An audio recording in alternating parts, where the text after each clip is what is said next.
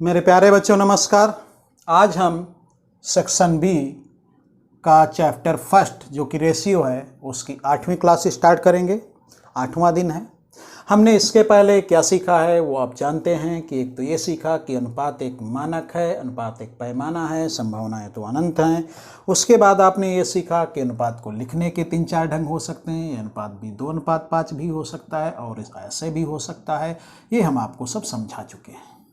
और ऐसे भी हो सकता है कैसे, एक मिनट, ऐसे हो सकता है और ये दूसरे नंबर पर ऐसे भी हो सकता है। फिर आपका a/2 एंड b/5 ऐसे भी हो सकता है और 5a/2 भी ऐसे भी हो सकता है। उनको मैंने विधिवत आपको समझाया पिछली क्लासें, अगर आपने ना की हो तो ज़रूर कर लीजिए। और जो नए बच्चे हैं वो डिस्क्रिप्शन में जाके जो सिस्टम है पढ़ने का, सेक्शन, चैप्टर और डे, इसको ज़रूर समझ लें। उससे संबंधित एक वीडियो मिल जाएगा तो उस पर ज़रूर ध्यान दें। ये बहुत ज़रूरी है क्योंकि एक प्रोसेस है सीखने का। हर बच्चा मैथ सीख लेगा लेकिन उसको इस प्रोसेस को फॉलो करना होगा। और जो आप सीखेंगे मैथ की जो समझ आएगी वो अब तक की सर्वश्रेष्ठ समझ होगी। आप क्वेश्चन को देखेंगे, आपके अंदर फीलिंग आएगी, हाँ ऐसे होगा क्वेश्चन। आप मैथ को उतनी आसानी से लगा लेंगे जैसे दो लोग आपस में बातें करते हैं, सामान्य बातें और एक दूसरे की बातें समझ लेते हैं, वैसे आप मैथ समझ सकते हैं। तो चलिए पिछली क्लास के आगे हम चलते हैं। वैसे ही सवाल हैं लेकिन इनमें और आपको हर क्वेश्चन में कुछ ना कुछ समझने को मौका मिलेगा। तो एक आसान क्वेश्चन से शुरुआत करते हैं। ABC में जो अनुपात है, ABC में जो अनुपात है वो है 2:5:4। इसका मतलब आप समझ गए। एक प्रथम संभावना दी है, सबसे सरलतम संभावना दी है, 1 गुने वाली। संभावनाएं तो अनंत हैं। 4 होगा तो 10 होगा तो 8 होगा, 3 गुना होगा 6, 15 एंड 12, 4 गुना हो तो 10 गुना हो तो 20, 50, मतलब जितना गुना एक होगा उसी गुना से सब चलेंगे। एक तो ये बात आप समझते हैं अनुपात का मतलब। अब हमने क्या बताया, अगर उसको कुछ भी पूछना है तो लिंक आपको देगा। उसने दिया है यदि टोटल धन 126 रुपये 50 पैसे हो तो हमने क्या बताया था, तुलना समकक्ष से होती है। अब कैसे जानेंगे, इसमें तो अनंत संभावना है, कैसे जानेंगे कौन वाली है। तो उसके लिए एक लिंक दिया होगा, उसमें टोटल दिया है तो यहाँ भी टोटल निकालेंगे और यहाँ टोटल निकलेगा 11। हमने आपको क्या समझाया मानक के कॉन्सेप्ट में कि तुलना समकक्ष से होती, क्योंकि वहाँ टोटल दिया है 126 एंड 50, तो यहाँ भी हमने टोटल निकाला। अब देखते हैं कितने गुने का मामला है। तो देख के ऐसे घबराया नहीं करो कि दशमलव में है। तो 11 या कम 11 बचा कितना, 1 बचा 16, तो 11 एक कम 11 बचा कितना, फिर 5, तो दशमलव गया 11 5 55। 11.5 गुने का मामला है, 11.5 गुने का। 3 भाग क्रम से नहीं, हाँ, बी का भाग ए की भाग की अपेक्षा कितना अधिक है। तो मामला तो आपको पता चल गया कि 11.5 गुने का है। अब कहा है उसने, इसका मान नहीं पूछा, इसका मान नहीं पूछा, इसका अच्छा हमने आपको समझाया पिछली क्लासों में। एक बार निकला है कितने गुने का मामला है, सबका मामला वही गुने में होगा। और जो भी जोड़ घटाना भी अगर इसमें कुछ होगा तो वो भी उसी गुने में जाएगा। तो इसने पूछा कि बी का भाग ए की भाग की अपेक्षा कितना अधिक है। तो बी का भाग ए की भाग की अपेक्षा कितना अधिक, तो एक तो ये तरीका किसका मान निकालो, इसका मान निकालो, फिर देखो कितना अधिक है। लेकिन वो उत्कृष्ट तरीका नहीं होगा। हम तो सीधे जानते हैं जो जोड़ घटाने इसमें होगा वो सीधे उतने ही गुना होगा। तो इस स्तर पर कितना ज्यादा है, इस स्तर पर तो 3 ज्यादा है। तो मानक के स्तर पर बी और ए के धन में अंतर 3 यूनिट का है। अब आपको पता है जो भी इस मानक के स्तर पर है वो 11 आपका 5 गुना होता, तो इसको आप 11.5 गुना कर दीजिए तो 11 3 33 और 1.5, तो यानी कि आएगा 34.5। आप समझ गए। ऑप्शन आपका सही है सी। 11 3 33 और 0.50 3 बार, तो 0.50 0.50 से 1, 1.5 33 कितना हो गया, 34.5। आसानी से सवाल लग गया। मैंने इसे इसीलिए सिर्फ बताया क्योंकि दशमलव वाला मामला है, आप इसको घबराएं नहीं। 88 नंबर क्वेश्चन देखिए। इसमें 88 एस डी यादव बुक में है। वैसे आप अगला क्वेश्चन देखिए। 6200 को 1/2, 1/3, 1/5 के अनुपात में बांटने पर प्राप्त होने कुछ नहीं है। अगर इसमें ABC आप कह सकते हो तो 1/2 है, 1/3 है और 1/5 है। अब इसको क्या होता है, सरल अनुपात कर लेते, कितने से गुणा किया जाए, 30 इसका एलसीएम हो सकता है, 30 से करेंगे तो यहाँ 15 होगा, इसमें 30 से करेंगे तो यहाँ 10 होगा, इसमें 30 से करेंगे तो यहाँ 6 होगा। आप जानते हैं इनके एलसीएम से ऐसी संख्या से सम में गुणा किया जाता है जो कि इससे कट जाए तो 30 से गुणा करेंगे तो 15 बचेगा, 30 से गुणा करेंगे तो 10 बचेगा, और 30 से जब गुणा करेंगे 5 छक्का 30 बचेगा। तो ये अनुपात है धन में। अब बांटना, टोटल धन कितना है 6200, तो हमको वास्तविक तो दिया है, लिंक तो दिया है। यहाँ टोटल कितना है 10, 20 एंड 31, यहाँ है 31, वहाँ कितना 6200, तो 31 दूनी 62, 200 गुने का मामला है।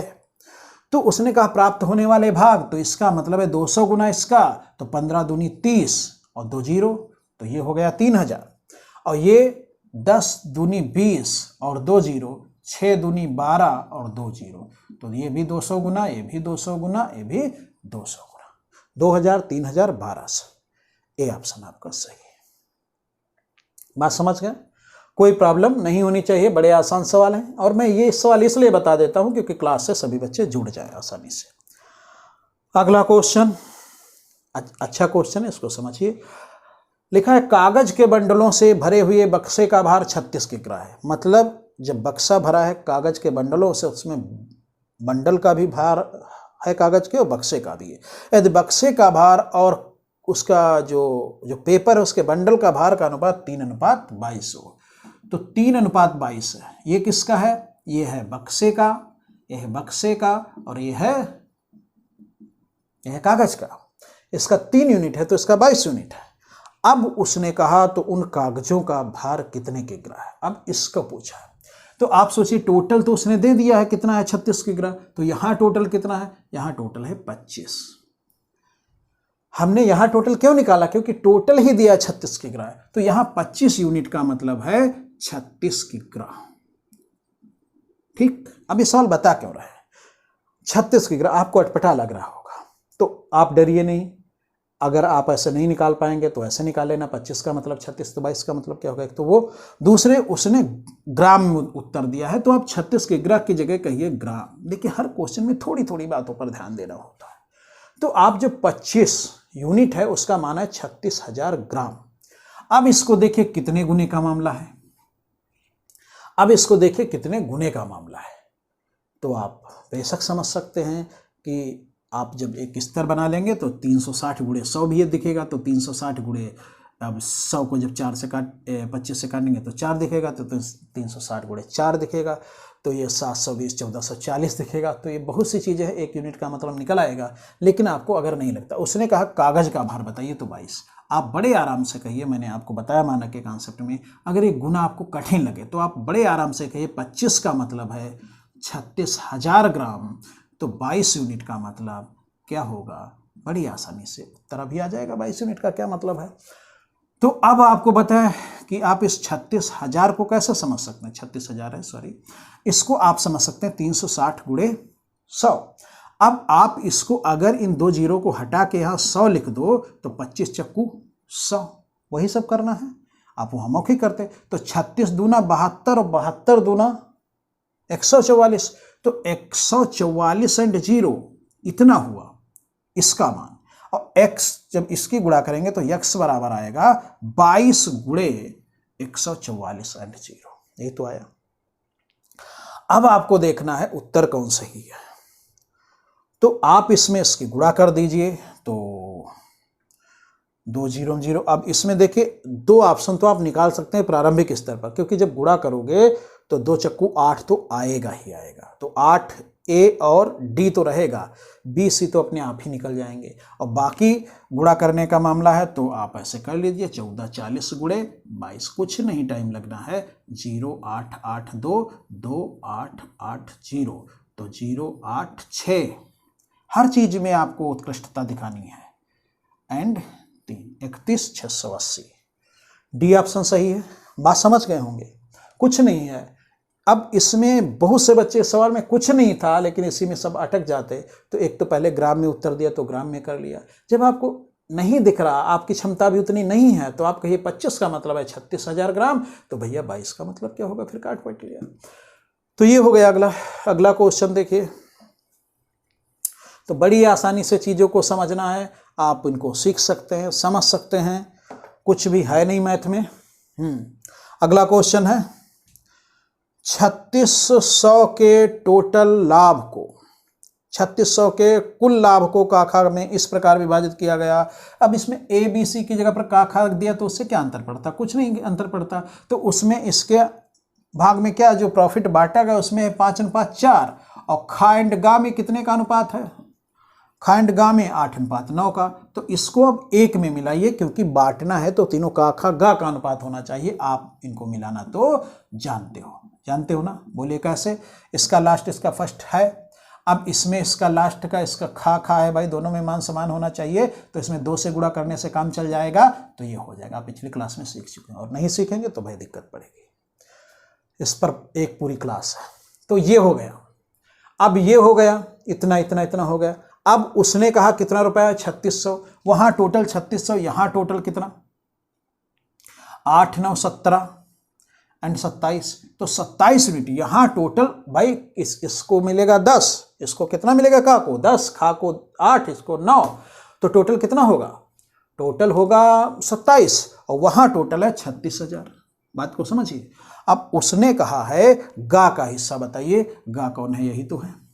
अब देखिए मानक के कॉन्सेप्ट को कैसे आप यूज करते हो। 27 का मतलब है 3600, ठीक। अब गुना आपको यहां अटपटा दिखता होगा लेकिन बात को समझिए। अब आप सोचिए 27 में 9 कितनी बार होता है? 9 9 9 3 बार। तो इस 3600 में 3600 के भी 3 टुकड़े कर दे भाई। 27 के 3 टुकड़े करिए तो 9 उसमें है 1। तो अब 3600 के 12 12 12 12 36 1212। तो आपको स्पष्ट मौखिक नहीं दिखता है क्या 1200 है?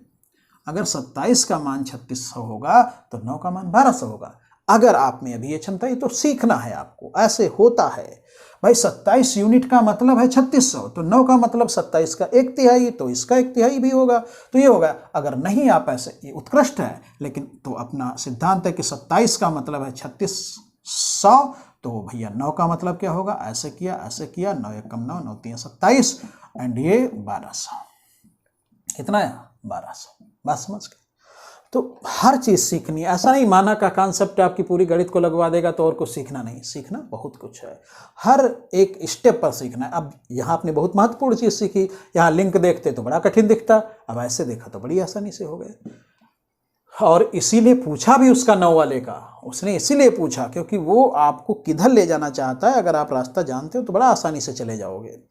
अब अगला क्वेश्चन, ए बी सी में 555 की राशि अनुपात में बांटी जानी है परंतु गलती से या इतने में बट गई। राशि कितनी अधिक होगी? देखिए ए बी सी 3 लोग हैं। ए बी सी 3 लोग हैं, इनमें एक राशि बांटनी है 555 रुपए, ठीक। अनुपात क्या है? 1:4 है, 1:5 है, 1:6 है। परंतु यह गलती से बांटी जानी थी इस अनुपात में। तो इसका सही कीजिए भाई। सही अब कितना होगा? इसको आप जानते हैं, इसको ऐसे संख्या से गुणा करो कि सब नीचे वाले कट जाए तो कितना आएगा? 60 आएगा। क्योंकि इनका सबका एलसीएम के मतलब क्या होता है? 4 5 6 का एलसीएम निकालना। तो सबसे बड़ी संख्या का पहाड़ा पढ़ो, इन पे नजर रखो। 6 1 कम 6, इससे नहीं कटता। इससे 6 दूनी 12, इससे कट जाता, इससे नहीं कटता। तो इसी प्रकार से जो 60 आएगा वो इससे भी कट जाएगा, इससे भी कट जाएगा, इसका तो पहाड़ा ही है। तो तीनों से ऐसी संख्या कट जाए जो छोटी से छोटी हो, वही एलसीएम होती है। तो इस प्रकार इसमें 60 से गुणा करेंगे, इसमें 60 से गुणा करेंगे, इसमें 60 से गुणा करेंगे, क्योंकि प्रत्येक पद में आप गुणा कर सकते हो कुछ। तो इसको आप करोगे तो 15 आएगा, इसको करोगे तो 12 आएगा, इसको करोगे तो 10 आएगा। ये अनुपात है। ए अनुपात बी अनुपात सी, मतलब इस अनुपात में बांटना था। उसने किस अनुपात में बांट दिया? उसने बांट दिया क्योंकि उसको गणित की समझ नहीं थी, उसने बांट दिया। ऐसे कहा क्या अंतर पड़ता है? अंतर क्या पड़ता है? 1/4 1/5 अंतर क्या पड़ता है? 4 5 6 उसने कह दिया ऐसे बांट दो। तो इस प्रकार से बांट दिया। अब कहा सी को कितनी अधिक राशि मिली। अब आपको क्या होगा? यह सवाल लंबा हो जाएगा। लंबा इसलिए होगा क्योंकि ये अनुपात अलग अनुपात है और ये अनुपात अलग अनुपात है। यहां टोटल वो धन कितने यूनिट है? 10 20 30, यहां है 37 यूनिट और वहां वो धन टोटल है 15 यूनिट। तो आप एक उस पे नहीं चल सकते। आप तो बिल्कुल ये सही है। तो आप इस पे निकालो सी को कितना मिला। सी को तो पूछा है और इस पे निकालो सी को कितना मिला। तो इस पे पहले सी को निकाल लेते हैं कितना मिला। तो इस प्रकार से यहाँ टोटल कितना आया? 37 और वहाँ टोटल कितना है? 555। तो 37 से कम 37 बचा कितना? 37 एकम 37, अगर 35 होता तो 20, 18 मतलब 185 और 37 5, तो 37 एकम 37 एंड फिर कितना जाएगा, कितना 5 बार, तो 15 सत्ती 105, 15 तियाँ 45 और 10 55, ठीक। ये 15 गुने का मामला है। इस प्रकार से यहाँ सी का भाग कितना आया, 15 गुना कर दीजिए भाई, इसका 15 गुना कर दीजिए, 15 गुना तो आएगा 150। सी का यहाँ मिला 150, जो सही था 150 मिला, लेकिन उसने गलती से क्या बांटा, उसने गलती से बांटा 4:5:6, तो यहाँ टोटल कितना है, यहाँ टोटल 15 है, वहाँ कितना टोटल, वहाँ 555 है।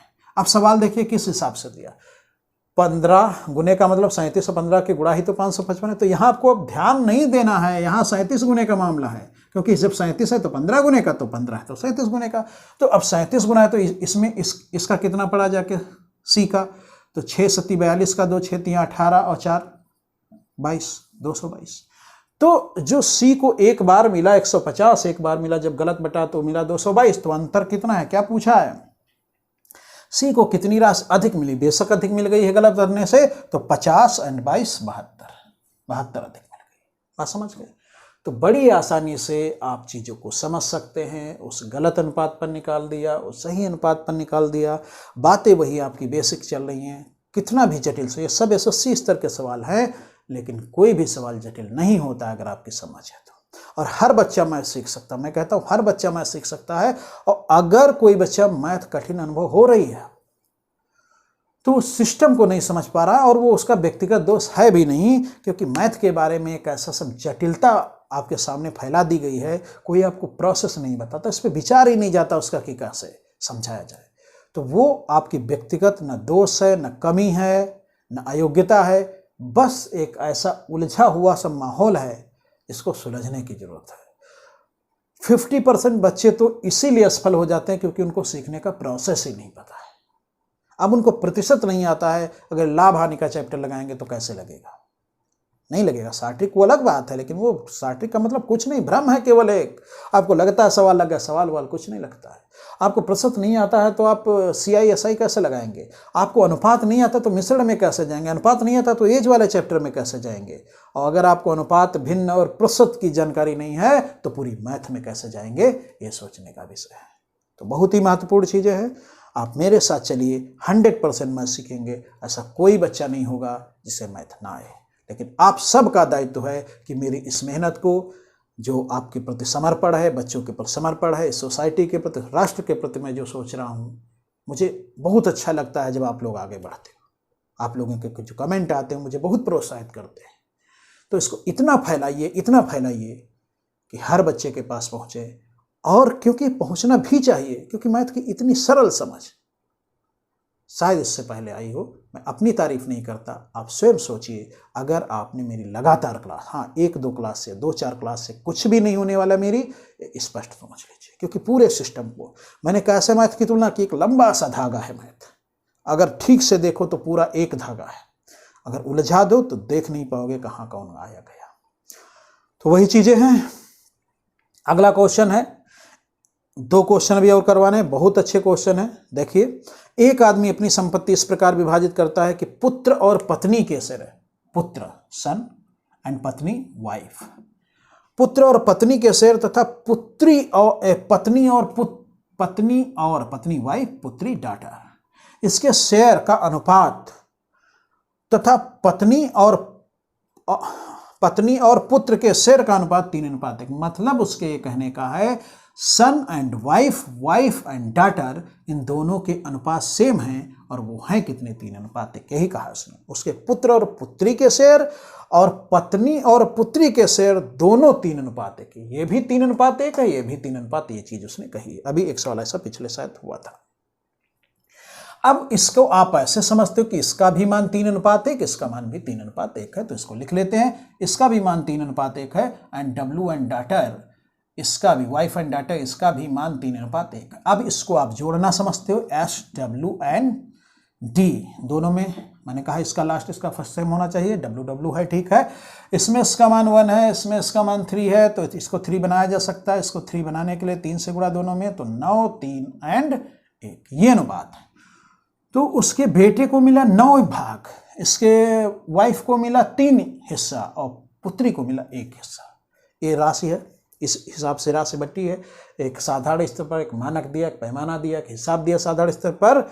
अब उसने कहा तो पूरी संपत्ति का मूल्य कितना। अब देखिए मैंने आपको समझाया मानक के कॉन्सेप्ट में, जो हिसाब दिया है, अब अगर उसको वास्तव में उत्तर लेना तो एक लिंक देगा। उसने 10,000 रुपए दिया, लेकिन 10,000 किसका मान है? इसका मान नहीं, इसका मान नहीं, इसका मान नहीं, टोटल भी नहीं 10,000। यदि पुत्री को पुत्र से 10,000 रुपए घट के कम मिले हैं तो पुत्री को पुत्र से 10,000 कम मिले हैं, मतलब वास्तविक जो चीज दी वो क्या है, वही हम इस मानक के स्तर पर निकालेंगे। और निकालेंगे क्यों? क्योंकि तुलना समकक्ष से करते हैं, और हमने बताया जो वास्तव में संभव है वो इस मानक के स्तर पर भी संभव है। यहाँ वहाँ अगर पुत्री को उसके पुत्र से कुछ कम मिलते हैं तो यहाँ भी पुत्री को अपने भाई से या उस आदमी के जो वो पुत्र है उससे कुछ कम मिल रहे होंगे। यहाँ 8 कम मिल रहे हैं, यहाँ 8 कम मिले हैं। तो जो वास्तव में संभव है वही हम यहाँ निकालेंगे, क्योंकि तुलना हमको समकक्ष से करनी है। तो यहाँ जो चीज़ 8 है वो वास्तव में कितनी है? 10,000 है। बात समझ में आई? तो उसने कहा पूरी संपत्ति बताओ।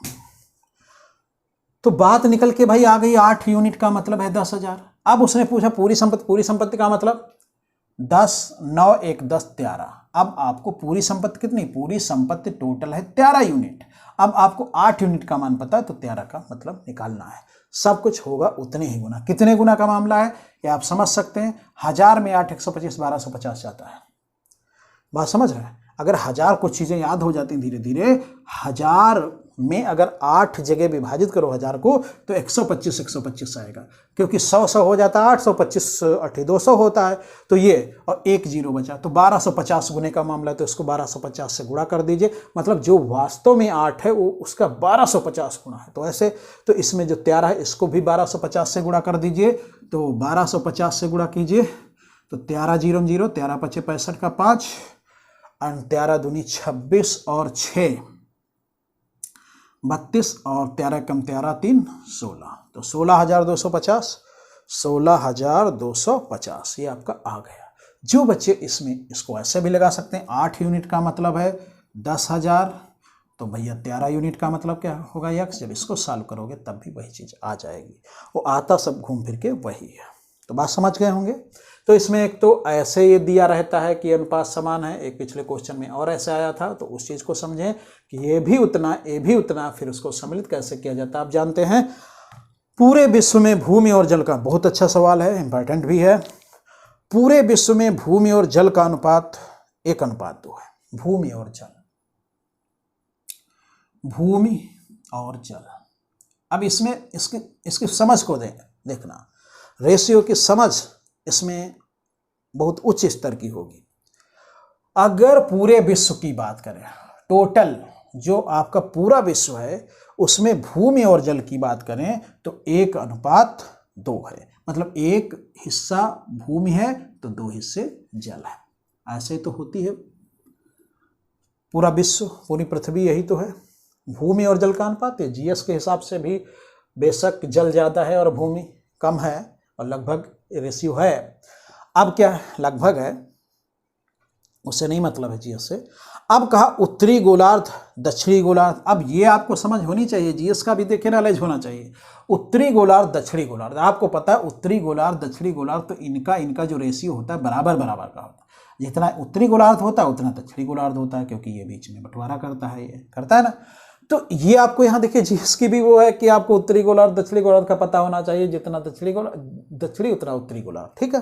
तो वो 1:1 होता है, ठीक।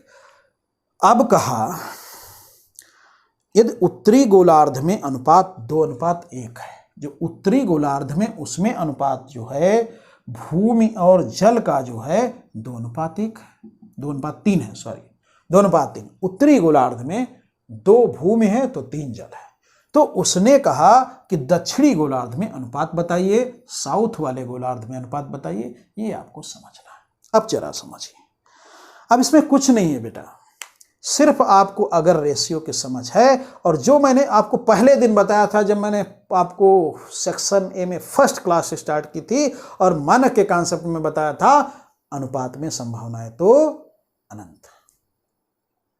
वही चीज यहां है, लिखा है टोटल भूमि और जल का अनुपात 1:2 है। अब मतलब क्या है, 1:2 तो सरलतम स्तर पर दिया, ये इसका 2 गुने वाली अगर कंडीशन रखें तो ये 2 भी हो सकती है, ये 4 भी हो सकती है। अगर 3 गुने वाले रखें तो 1 तिया 3, 2 तिया 6 भी हो सकता है। 10 गुने वाले रखें तो 10 एंड 20। इसी प्रकार से इसमें भी।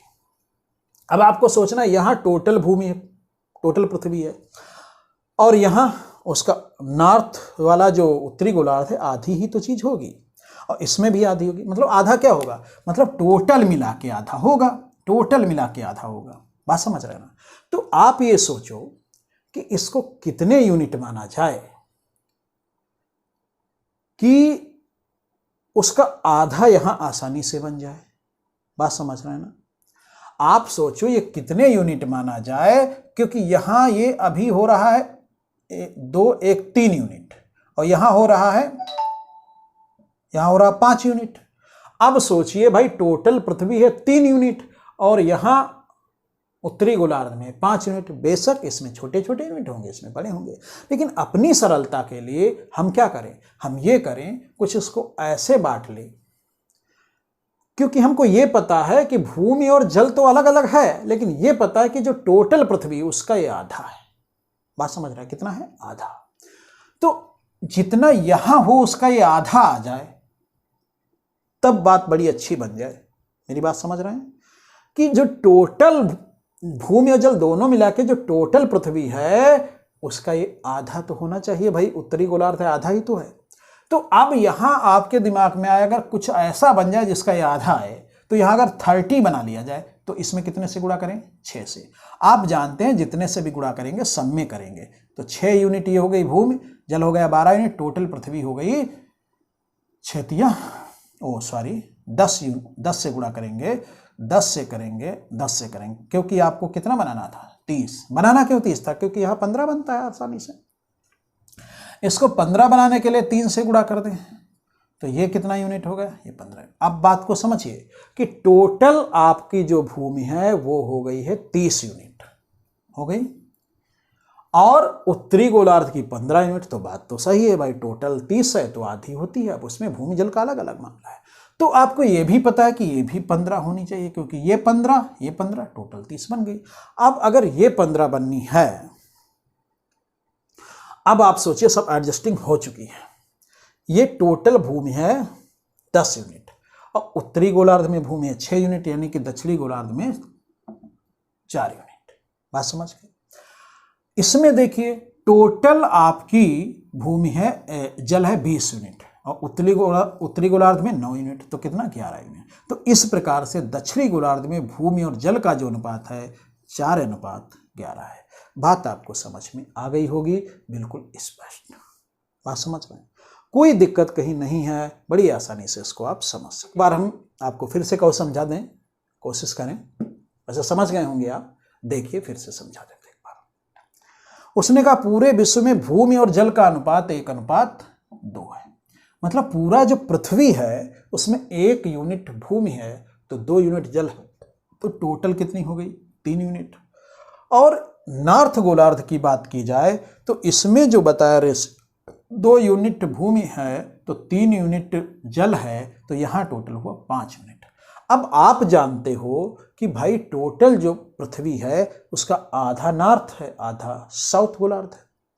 तो अब यहाँ तो अगर ऐसे देखा जाए, वो बेशक सही, इसमें ये जो हिस्से बड़े बड़े होंगे, इसमें ये यूनिट छोटे छोटे होंगे, लेकिन आपको ये पता है कि ये मान इसका आधा है, तो हमको स्पष्ट दिखना चाहिए आधा। तो इसको हम कितना बना लें, अब ऐसी संख्या से गुणा करो। अब ये सब एडजस्टिंग होती है, मैथ में एडजस्टिंग बहुत है। आपको ऐसा कुछ करना है कि ये मान इसके दुगना हो जाए, क्योंकि भाई ये आधा ही तो है उत्तरी गोलार्ध, तो टोटल तो आधा ही होना चाहिए। तो अब आप सोचो, लेकिन इसमें कुछ अच्छी संख्या से गुणा करके ये जितना हो जाए उसका आधा इसमें से भी कुछ हो जाए। तो आपने सोचा ये 30 बन सकता है, कितने से, 6 से गुणा करके। और ये कितने से गुणा करें, इसको 3 से गुणा करें तो ये 15 बन सकता है। तो भाई टोटल पृथ्वी हो गई 30 यूनिट, और उसका उत्तरी गोलार्ध हो गया 15 यूनिट। बात समझ रहे हैं। लेकिन जब इसमें गुना करेंगे तो इसमें भी गुना, इसमें भी गुना, उसी के अनुसार इसमें भी, तो ये एडजस्टिंग हो गई। ये बिल्कुल सही है कि टोटल पृथ्वी 30 यूनिट, उसमें नॉर्थ वाला जो उत्तरी गोलार्ध है वो 15 यूनिट। अब आप सोचिए, तो अगर उत्तरी गोलार्ध 15 है तो दक्षिणी भी तो 15 होगा, क्योंकि बराबर बराबर होता है। अब ये तो आ गया। अब इसको भी ऐसे ही सोच सकते हैं, 10 यूनिट अगर पूरी भूमि है, अगर उत्तरी गोलार्ध में 6 यूनिट है तो इसमें 4 ही तो बची। अब इसमें अगर टोटल 20 यूनिट है, 9 यूनिट अगर जल निकल गया उत्तरी गोलार्ध में तो 11 यूनिट ही बचा। तो दक्षिणी गोलार्ध में भूमि और जल का अनुपात 4:11। आपका ऑप्शन सही है बी। बात आप समझ गए होंगे, ठीक है। तो इस प्रकार से बड़ी आसानी से आप इन चीज़ों को समझ सकते हैं, लगा सकते हैं। तो खूब समझिए आसानी से इन चीज़ों को, और आगे भी बहुत सी चीज़ें बताएंगे। हम आपको इतने क्वेश्चन करवा देंगे कि आपको किसी दूसरी चीज़ की ज़रूरत ही नहीं पड़ेगी। मेरे साथ आप इतने क्वेश्चन कर लेंगे, हर प्रकार का क्वेश्चन करवा देंगे। बहुत अच्छी चीज़ें अभी आगे आपको बतानी है। और अभी ये अब एस.टी. यादव से इस टाइप के हो गए, अब दूसरी किताब से करवाते रहेंगे और हर प्रकार का क्वेश्चन आपके सामने आ जाएगा और आपकी समझ विकसित हो जाएगी। अनुपात में समझ विकसित हो जाए, प्रतिशत में समझ विकसित हो जाए, भिन्न में समझ विकसित हो जाए, फिर मैथ में है ही क्या, कुछ नहीं। तो बहुत आसान है। आप अच्छी मेहनत कीजिए और रेगुलरिटी बनाए रखिए। और जो भी बच्चे नए हैं वो डिस्क्रिप्शन में जाके जो सिस्टम है पढ़ने का उसे ज़रूर सीख लें। और जो मेरे बच्चे उससे अभी नहीं जुड़े, टेलीग्राम चैनल से नहीं जुड़े हैं, माय स्टूडेंट्स क्लासेस से, उससे जुड़ जाएं, क्योंकि उसमें आपको इसकी PDF मिलती रहती हैं और आपको जो भी जब भी टेस्ट होता है तो उसका लिंक मिल जाता है। और आपको उससे और बहुत सी चीज़ें हैं कि आपको कैसे पढ़ना है, क्या पढ़ना है, तो ये सब चीज़ें आपको मिल जाती हैं। तो उससे आप ज़रूर जुड़ जाएं। जितनी भी सूचनाएं हैं सब आपको उस पर टेलीग्राम चैनल पर मिल जाएंगी। तो आज इतना ही। जय हिंद, जय भारत।